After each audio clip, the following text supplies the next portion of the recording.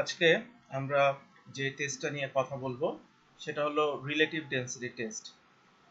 Relative density টেস্টের এখানে আমরা সেটআপটা দেখতে পাচ্ছি এবং আমরা আমাদের ল্যাবের এই টেস্টের একটা ভিডিও আমরা দেখাবো এখানে, সেখানেও আমরা এই সেটআপগুলো দেখব। তো সেটআপে আমাদের মেইন ফাংশন থাকে, একটা মোল্ড থাকে, ডায়াল গেজ দিয়ে সেই মোল্ডে স্যাম্পলের হাইট মেজার করতে হয়। একটা টেবিলের উপর এটা সেট করা থাকে এবং ওই টেবিল শেকিং এর মাধ্যমে আমাদের সয়েল ডেন্সিফিকেশন হয়। এই টেস্টার নরমালি আমাদের স্যান্ডি সয়েলে করা হয় এবং আমাদের কিছু ক্রাইটেরিয়া আছে কোড অনুযায়ী যে 15% ফাইনের কম হতে হয়। এই বেশি হয়ে গেলে এই টেস্টটা অ্যাকচুয়ালি সেক্ষেত্রে পুরোপুরি রূপে অ্যাপ্লিকেবল না এবং এই ডিটেল আমরা আমাদের ম্যানুয়ালে দেখতে পাবো। তো এই টেস্টটা করার পিছনে অ্যাকচুয়ালি যেটা উদ্দেশ্য সেটা হলো একটা পার্টিকুলার সয়েল সর্বোচ্চ যেই পরিমাণ ডেন্সিফাই হওয়া ফিজিবল তার কতটুকু ফিল্ডে সে ডেন্সিফাইড অবস্থায় আছে। তার মানে আমাদের টার্গেটটা হলো সর্বোচ্চ ডেন্সিফিকেশনের কত পার্সেন্ট ফিল্ডে আসলে অ্যাচিভ করা সম্ভব হয়েছে, বা আমি ফিল্ডে যেটা করেছি সেটা আমাদের ডিজায়ারেবল লেভেলে হয়েছে কিনা এটা ভেরিফাই করা।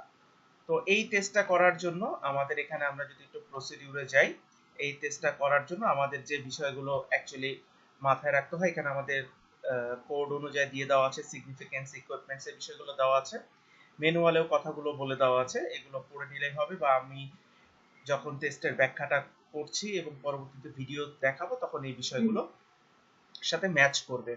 তো অ্যাকচুয়ালি এখানে যদি আমি অ্যানালাইসিসে আসি যে অ্যাকচুয়ালি আমাদের ক্যালকুলেশনটা কিভাবে হবে, এটা আমাদের main part.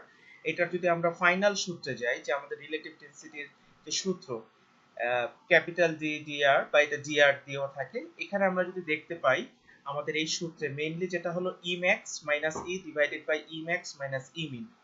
Actually E max বলতে এখানে যেটা বোঝাচ্ছে সেটা হলো সয়েল যখন সর্বোচ্চ লেভেলের ডেন্সিফাইড অবস্থায় থাকবে তখন তার ভয়েড রেশিও কত, আর ই মিনিমাম হলো সয়েল যখন সবচাইতে লুজ অবস্থায় থাকবে তখন তার ভয়েড রেশিওটা কত। আর এখানে ই যেটা আছে সেটা হলো ফিল্ডে আমি যে সয়েল স্যাম্পলটা কালেক্ট করে নিয়ে এসেছি সেই ফিল্ডের সয়েলের ভয়েড রেশিওটা কত। তো এইগুলো বের করার জন্য আমাদের আবার সাপোর্টিং এই তিনটা সূত্র আছে। তো এই তিনটা সূত্রের দিকে যদি আমরা একটু খেয়াল করি তাহলে আমরা দেখতে পাচ্ছি ই মিনিমাম যখন বের করতে যাচ্ছে তখন সয়েলের স্পেসিফিক গ্র্যাভিটি লাগে, যেটা আমরা ইজিলি বের করতে পারি। এর আগে আমরা স্পেসিফিক গ্র্যাভিটি টেস্ট দেখেছি। এছাড়া আমাদের পানির ইউনিট ওয়েট, এটা স্ট্যান্ডার্ড আমাদের জানা আছে।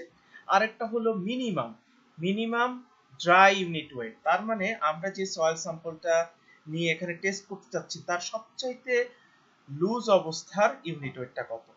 আর ই ম্যাক্স এর সূত্রটা যদি আমরা দেখি সবকিছুই সেম, শুধুমাত্র আমাদের ম্যাক্সিমাম ইউনিট ওয়েট যেটা মানে ডি মিনিমাম, আমাদের এটা অ্যাকচুয়ালি মিনিমাম হবে না, এটা অ্যাকচুয়ালি ম্যাক্সিমাম হবে।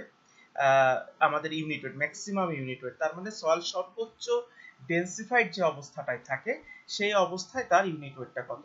এখন প্রশ্ন চলে আসে একদম মিনিমাম ডেন্সিফাইড অবস্থার ইউনিট ওয়েট কিভাবে বের করব এবং একেবারে ডেন্সিফাইড অবস্থার ইউনিট ওয়েটটা কিভাবে বের করব সেটা আমি পরে দেখাচ্ছি টেকনিকটা। আর এখানে যে ই যেটা দেখছি ফিল্ডের ভয়েড রেশিও, এটাও আমি দেখতে পাচ্ছি যে স্যাচুরেটেড অবস্থা তার ইউনিট ওয়েটটা, এবং এটা আমি সরাসরি এখানে যদি সূত্র দেখি স্পেসিফিক গ্র্যাভিটি এবং ওয়াটারের ইউনিট ওয়েট জানা থাকলে এটা বের করা যাবে। আর নিচে যেটা আছে সেটা হলো ফিল্ডে সয়েলের ড্রাই ইউনিট ওয়েট কত বা ডেনসিটিটা কত।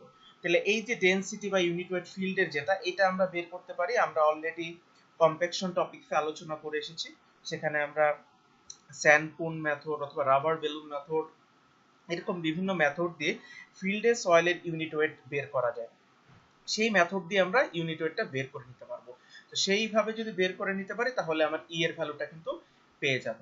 এখন প্রশ্ন হলো মিনিমাম অবস্থার ইউনিট ওয়েট এবং ম্যাক্সিমাম অবস্থার ইউনিট ওয়েটটা কত হবে।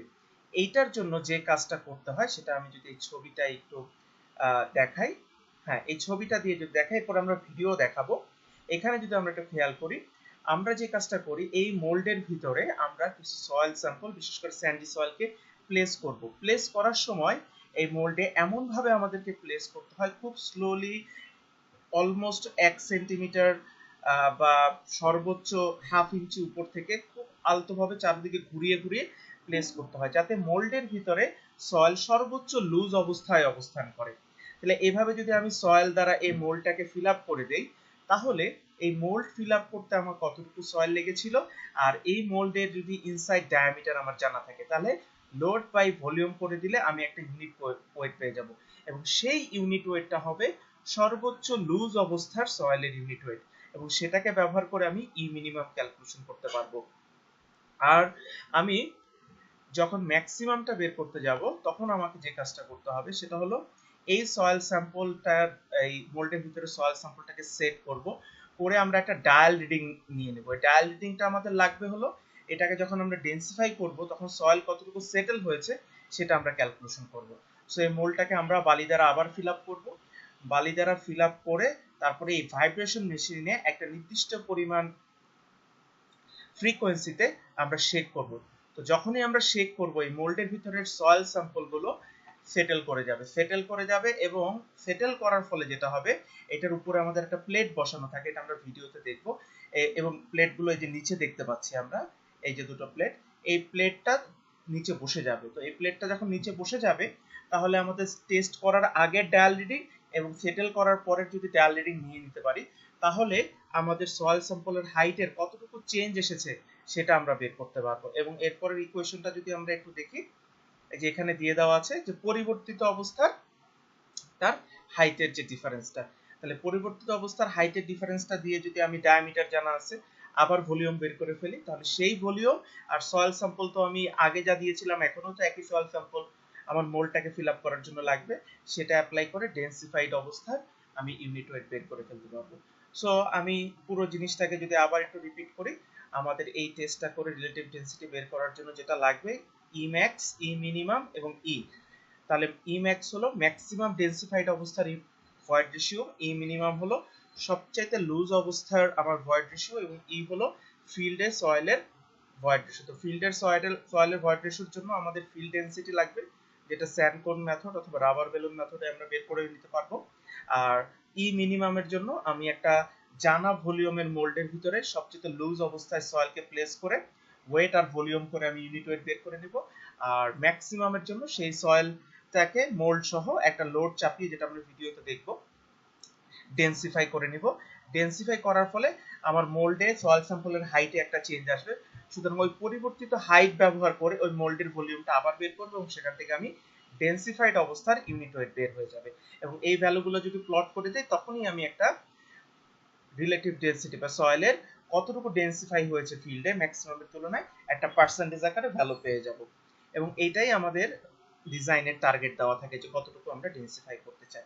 তাহলে আমরা আমাদের ল্যাবের ভিডিওটা একটু দেখে নিই। এখানে আমাদের রিলেটিভ ডেন্সিটি অ্যাপারেটাসের ফুল সেটআপটা দেখা যাচ্ছে।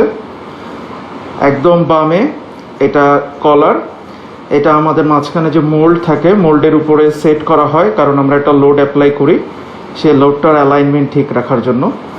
একদম বামে কলার, এরপরে একটা অ্যাডিশনাল স্ট্যান্ড, এটা হলো আমাদের যখন আমরা রিডিং নিব ইনিশিয়াল স্টেজে এবং আফটার ডেন্সিফিকেশন অফ সয়েল, তখন আমরা এই স্ট্যান্ডটা ব্যবহার করে রিডিংটা নিব। এরপরে যেটা আমরা দেখছি এটা হলো আমাদের মোল্ড, এই মোল্ডটারই আমরা ভলিউম বের করব এবং এই মোল্ডটাই আমরা স্যান্ড দ্বারা ফিল আপ করব। এরপরে আমরা দেখতে পাচ্ছি একটা প্লেট, এই প্লেটটা আমরা টেস্টের শুরুতে এবং টেস্টের পরে আমাদের স্যান্ডের উপরে প্লেস করব এবং এই প্লেটের উপর থেকেই আমরা রিডিংটা ক্যালকুলেশন করব। এবং তারপরে আমরা দেখতে পাচ্ছি আমাদের একটা স্পেসিফিক ওয়েট, এটা অ্যাকর্ডিং টু ASTM আমরা প্রোভাইড করব। আমাদের মোল্ডের সাইজের উপর এটা নির্ভর করে, অ্যাডিশনাল লোডের জন্য হেভিয়ার মোল্ড আছে এবং লোড আছে। আর একদম ডানে যেটা দেখতে পাচ্ছি সেটা হলো আমাদের এই যে টেবিলটা শেক করবে তার ফ্রিকোয়েন্সি অ্যাডজাস্ট করা, অন অফ, এই কাজগুলোর জন্য ব্যবহার করা হয় এবং মেনটেন করে। এবং আমরা সব কিছু রেখে দিয়েছি আমাদের যেই রিলেটিভ ডেন্সিটি শেক টেবিল সেটার উপরে। আমরা এখন আমাদের এই যে মোল্ডটা আছে এই মোল্ডের ভলিউমটা ক্যালকুলেশন করব। তো ভলিউম ক্যালকুলেশন করার জন্য আমরা মোল্ডের ডায়ামিটারটা মেপে নিব এবং এটা যেহেতু আমাদের একটা সার্কুলার এলিমেন্টের আমরা জানি অলমোস্ট 120 ডিগ্রিতে তিনটা আলাদা আলাদা ডায়ামিটার নিয়ে নিতে হয়, যেটার এভারেজ করে আমরা এই মোল্ডের ডায়ামিটারটাকে কনসিডার করে নিব। আমাদের ডায়ামিটারটা নেওয়া হয়ে গিয়েছে, আমরা সেই রিডিংটা রেকর্ড করব। এখন আমাদের এই মোল্ডের যে ডেপথ সেটা ক্যালকুলেশন করে নিতে হবে, এবং এই ডেপথটা যদি আমরা ক্যালকুলেশন করে ফেলতে পারি তাহলে আমাদের এই সিলিন্ড্রিক্যাল যে মোল্ড, এই মোল্ডের ইনসাইড ভলিউম বের হয়ে যাবে, যেটা ব্যবহার করে আমরা পরবর্তীতে তার ভলিউম বের করব। আমরা যেই স্যান্ড দিয়ে এই টেস্টটা করব সেই স্যান্ডটার ওয়েট নিয়ে নিব। অ্যাকচুয়ালি যেটা নিয়ম সেটা হলো যে খালি মোল্ডের ওয়েট নিয়ে নেওয়া এবং মোল্ডটা স্যান্ড দ্বারা ফিল আপ করে তারপরে তার ওয়েট নিয়ে নেওয়া, তাহলে আমাদের শুধু স্যান্ডের ওয়েট বের হয়ে আসে। কিন্তু আমাদের এখানে যেহেতু মোল্ডটা অ্যাপারেটাস থেকে আলাদা করাটা বেশ ঝামেলাপূর্ণ একটি কাজ, এই জন্য আমরা আর আলাদা না করে বরঞ্চ যেই স্যান্ডটা প্রোভাইড করার আগে সেই স্যান্ডের ওয়েট এবং তার প্রোভাইড করার পরে বা মোল্ডটা ফিল আপ করার পরে স্যান্ডের ওয়েটটা নিয়ে নিলে দুইটার বিয়োগ করলে আমরা অ্যাকচুয়ালি পেয়ে যাব যে কতটুকু স্যান্ড লেগেছিল আমাদের মোল্ডটা ফিল আপ করার জন্য। তো এখানে আমরা অ্যাকচুয়ালি স্যান্ডটা প্লেস করার আগে তার ওয়েটটা নিয়ে নিচ্ছি। আমরা আমাদের এই মোল্ডটা একদম লুজ অবস্থায় ফিল আপ করে ফেলছি। ফিল আপ করে দেন আমরা এটার ওয়েট নিয়ে নিব। আমাদের মোল্ডটা সয়েল দ্বারা ফিল আপ করার পরে ওয়েটটা আবার নিয়ে নিলাম। সো এখান থেকে আমরা অ্যাকচুয়ালি পেয়ে যাব আমাদের মোল্ডটা ফিল আপ করার জন্য কী পরিমাণ সয়েলের প্রয়োজন হয়েছিল, এবং এটা হলো লুজ অবস্থায়, এবং আমাদের মোল্ডের ভলিউম জানা আছে। এখান থেকে লুজ অবস্থার ইউনিট ওয়েটটা পেয়ে যাব, যেটা আমাদের মিনিমাম ভয়েড রেশিও বের করতে লাগবে। এখন আমাদের সয়েলের ডেন্স অবস্থার ইউনিট ওয়েট বের করার জন্য একটা ইনিশিয়াল রিডিং লাগবে এবং আফটার ভাইব্রেশন আমাদের ফাইনাল রিডিং লাগবে। সো ইনিশিয়াল রিডিং নেওয়ার আগে সয়েল স্যাম্পলটা দিয়ে মোল্ড ফিল আপ করে আমাদের এই প্লেটটা আমরা প্লেস করে দিব, এবং এটা আলতোভাবে উপরে আমরা একটা হ্যান্ডেল দেখতে পাচ্ছি, এটা দিয়ে হালকা একটু রোটেট করে জিনিসটাকে প্লেস করা হয়। খুব বেশি প্রেশার অ্যাপ্লাই করা হবে না, সামান্য একটু ঘোরানো হবে যাতে এটা হালকা একটু প্রেসড হয় এবং সয়েলটা কম্পারেটিভলি সারফেসে স্টেবল থাকে। এই অবস্থায় আমরা একটা রিডিং নিব। সো ইনিশিয়াল রিডিং নেওয়ার জন্য আমাদের শুরুতে আমরা প্লেটটাকে রেখে স্ট্যান্ডটাকে খুলে নিব। স্ট্যান্ডটাকে খুলে নিয়ে আমরা এখানে আমাদের ডায়াল গেজটা রাখার জন্য একটা অ্যাডিশনাল স্ট্যান্ডের প্রয়োজন হয়। সেই অ্যাডিশনাল স্ট্যান্ডটা এখানে আমরা প্লেস করব। অ্যাডিশনাল স্ট্যান্ডটা প্লেস করে আমরা আমাদের ডায়াল রিডিং নেওয়ার জন্য আমরা আমাদের ডায়াল গেজ, যেটা ডিজিটাল ডায়াল গেজ, এটাকে আমরা প্লেস করব। সো এই টেস্ট শুরু করার আগে আমাদের এই প্লেটের উপরে ডায়াল গেজে যে রিডিংটা আছে এটা আমরা নিয়ে নেব, এবং পরবর্তীতে আফটার শেকিং রিডিং নিয়ে নেব। এই দুটো রিডিংয়ের ডিফারেন্স থেকেই আমরা এই সয়েলটা কতটুকু ডেন্সিফাই হয়ে গেছে সেটা পাবো, কারণ আমরা এই ডিফারেন্সটাকেই মোল্ডের হাইট থেকে মাইনাস করে দেবো, এবং সেই হাইট ব্যবহার করে যদি নতুন ভলিউম বের করি তাহলে ওয়েট তো একই থাকবে, সেই ভলিউম এবং সেই ওয়েট ব্যবহার করে ডেন্স অবস্থার ইউনিট ওয়েট পেয়ে যাব। এখন টেস্ট শুরু করার আগে আমাদের লোডের অ্যালাইনমেন্ট ঠিক রাখার জন্য এই মোল্ডের উপরে আমরা একটা অ্যাডিশনাল কলার প্লেস করব। এই কলারটা আমরা দেখতে পাচ্ছি 3 দিকে 3টা স্ক্রু দেওয়া থাকে, এই স্ক্রুটা দিয়ে আসলে টাইটেনিং করা হয়। আমরা কলারটাকে প্লেস করে অ্যালাইনমেন্ট অনুযায়ী প্লেস করে স্ক্রুগুলোকে টাইট দিয়ে দিব। আমরা কলারটা প্লেস করে ফেলেছি। এখন আমরা লোডটা অ্যাসাইন করব, এবং এই লোডটাকে ভালোভাবে প্লেস করে আমরা আমাদের মেশিনটাকে অন করে দিব ভাইব্রেশনের জন্য। আমরা এখন আমাদের মেশিনটা অন করব। তো অন করলেই আমাদের এই টেবিলটা একটা নির্দিষ্ট ফ্রিকোয়েন্সিতে ভাইব্রেট করবে। তো অ্যাকর্ডিং টু কোড এই ভাইব্রেশনের ফ্রিকোয়েন্সিটা ডেভেলপ করে দিতে হয়। আমরা এইখানে টেস্টটা করব 40 হার্টজে। আমরা অ্যাকচুয়ালি 40 হার্টজ ফ্রিকোয়েন্সিতে এই টেস্টটা কন্টিনিউ করব আপ টু 10 মিনিটস। এবার আমরা আমাদের মেশিনটা অন করে দিব এবং আমাদের টেবিলটা ভাইব্রেট করা শুরু করে দিবে।